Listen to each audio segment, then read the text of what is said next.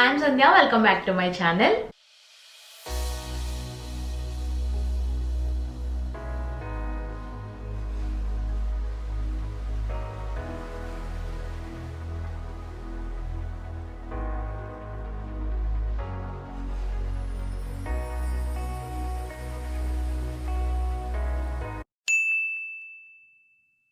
మీలో ఎంతమందికి సాంబార్ ఇడ్లీ అంటే ఇష్టం అండి?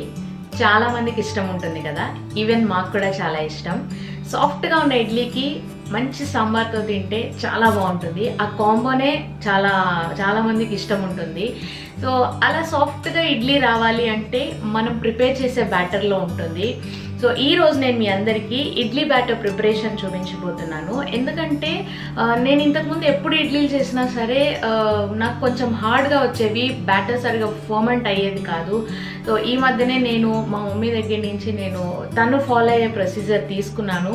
సో అది ఫాలో అవుతున్నప్పటి నుంచి నాకు బ్యాటర్ కూడా బాగా ఫర్మెంట్ అవుతుంది. అలాగే ఇడ్లీలు కూడా చాలా సాఫ్ట్గా వస్తున్నాయి. అంటే అప్పుడే వేసినప్పుడే కాకుండా కాసేపు అయ్యాక కూడా సాఫ్ట్గానే ఉంటున్నాయి ఇడ్లీలు. అందుకే మీ అందరికీ కూడా నేను ఫాలో అయ్యే ప్రొసీజర్ షేర్ చేసుకుందాము. ఎందుకంటే నాలాగే ఎవరైనా సఫర్ అవుతూ ఉండొచ్చు ఇడ్లీలు హార్డ్గా వచ్చి. సో వాళ్ళకు కూడా యూజ్ అయ్యేలాగా ఉండాలి అని చెప్పేసి నేను ఈరోజు మీ అందరికీ ఈ ఇడ్లీ బ్యాటర్ ప్రిపరేషన్ చూపించబోతున్నాను. So without further ఎడు let's get started. ఈ ఇడ్లీ బ్యాటర్ ప్రిపేర్ చేయడం కోసం first main ingredient urad dal నానబెట్టాలి. నేను ఇక్కడ మినపగుళ్ళే తీసుకుంటున్నాను, పొట్టుపప్పు యూజ్ చేయట్లేదండి. సో ఇది నేను 1.5 కప్ సోక్ చేస్తున్నాను వాటర్లో.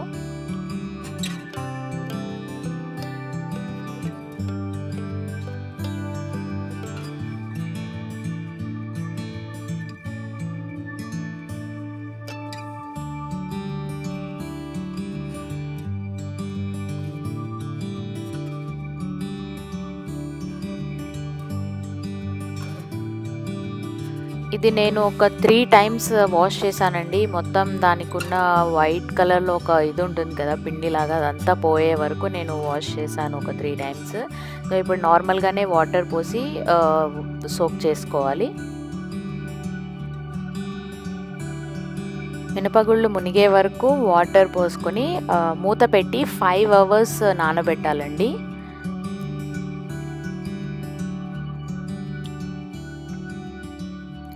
నేను ఇప్పుడు రవ్వ నానబెడుతున్నానండి. అంటే పప్పు గ్రైండ్ చేసే 1 అవర్ ముందు నేను రవ్వ నానబెడతాను ఎప్పుడూను. సో నేను 1.5 కప్ ఉరద్ దాల్ తీసుకున్నాను. సో 1.5 కప్ ఉరద్ దాల్కి 3 కప్స్ ఆఫ్ రవ్వ పోస్తున్నానండి. సో అది పోసిన తర్వాత దాన్ని బాగా వాష్ చేసి ఇంకా కొద్దిగా నీళ్లు పోసి నానబెట్టుకోవాలి.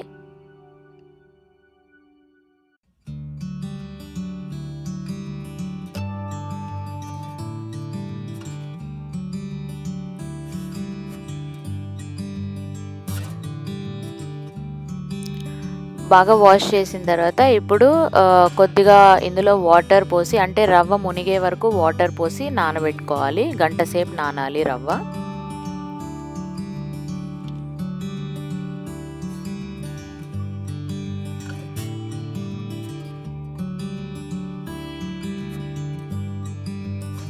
ఇక్కడ నేను అటుకులు నానబెడుతున్నానండి. అంటే రవ్వ నానబెట్టేటప్పుడే నేను అటుకులు కూడా నానబెట్టేస్తాను ఎప్పుడూను, పప్పు గ్రైండ్ చేసే 1 అవర్ ముందు. ఇది యాక్చువల్లీ ఆప్షనల్, మీకు కావాలంటే నానబెట్టుకోవచ్చు, లేదు అంటే కనుక ఇది స్కిప్ చేయొచ్చు. బట్ నేను ఎందుకు నానబెడతానంటే ఇంకా బాగా ఫర్మెంట్ అవుతుంది అని చెప్పేసి నేను అటుకులు కూడా వేస్తాను ఇడ్లీలో. సో ఇప్పుడు అవి నానబెడుతున్నాను.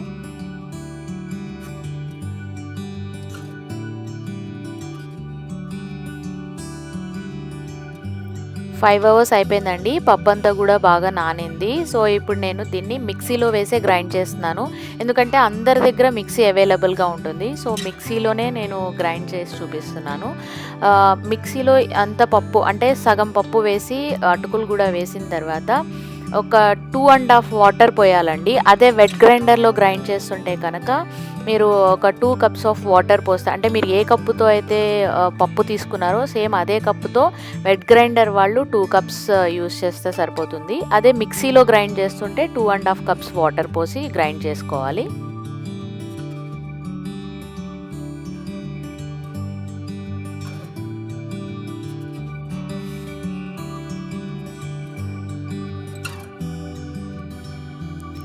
ఇంకా కొద్దిగా పప్పు ఉంది కదా, అది సెకండ్ బ్యాచ్ కూడా నేను గ్రైండ్ చేస్తున్నాను. బాగా మెత్తగా గ్రైండ్ చేసుకోవాలి, అంటే మధ్య మధ్యలో పలుకు లేకుండా ఉండాలి. సో చూసుకుంటూ గ్రైండ్ చేసుకోండి. ఇప్పుడు ఆ గ్రైండ్ చేసిందంతా కూడా ఈ రవ్వలో వేసిన తర్వాత బాగా కలుపుకోవాలి. అంతా మొత్తం రవ్వంతా కలిసేలాగా కలుపుకోవాలి. మీకు స్పాచులర్తో కలుస్తుంది అంటే మీరు కలుపుకోవచ్చు. బట్ నేను ఇక్కడ హ్యాండ్తోనే కలుపుతున్నాను. నాకేమో హ్యాండ్తోనే బాగా మొత్తం అంతా కలుస్తుంది అని నేను హ్యాండే యూజ్ చేస్తున్నాను ఇక్కడ.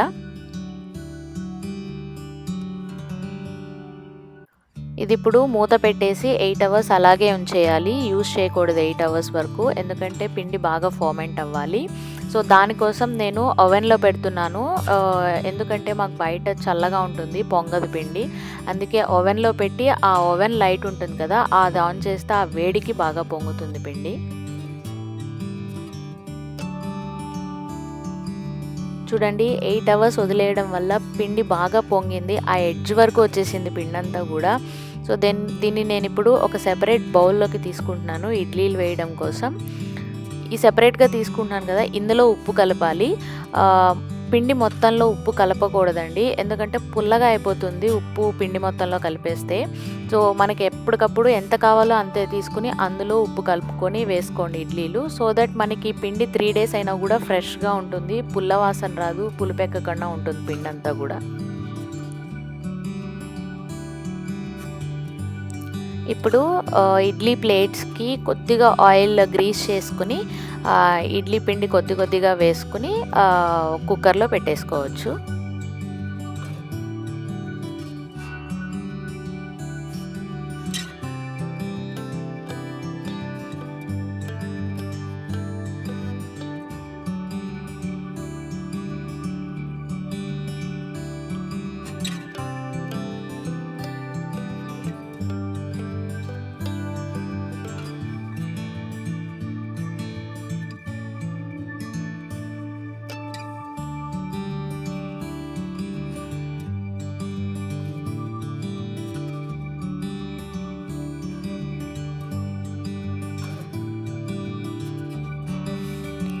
నేను ప్రెషర్ కుక్కర్లోనే ఇడ్లీలు కుక్ చేస్తానండి, ఎందుకంటే నా దగ్గర ఇడ్లీ కుక్కర్ లేదు ఇక్కడ, అందుకే ప్రెషర్ కుక్కర్లోనే పెడుతున్నాను.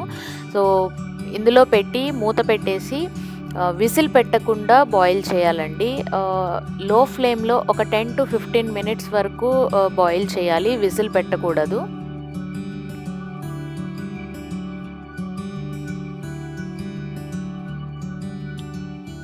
ఫిఫ్టీన్ మినిట్స్ అయిపోయింది. ఇప్పుడు చూద్దాం ఎలా వచ్చాయో ఇడ్లీలు. వావ్, చాలా బాగున్నాయి కదండి చూడ్డానికి. సో దీన్ని ఇప్పుడు ఒక ప్లేట్లోకి సర్వ్ చేసుకోవాలి.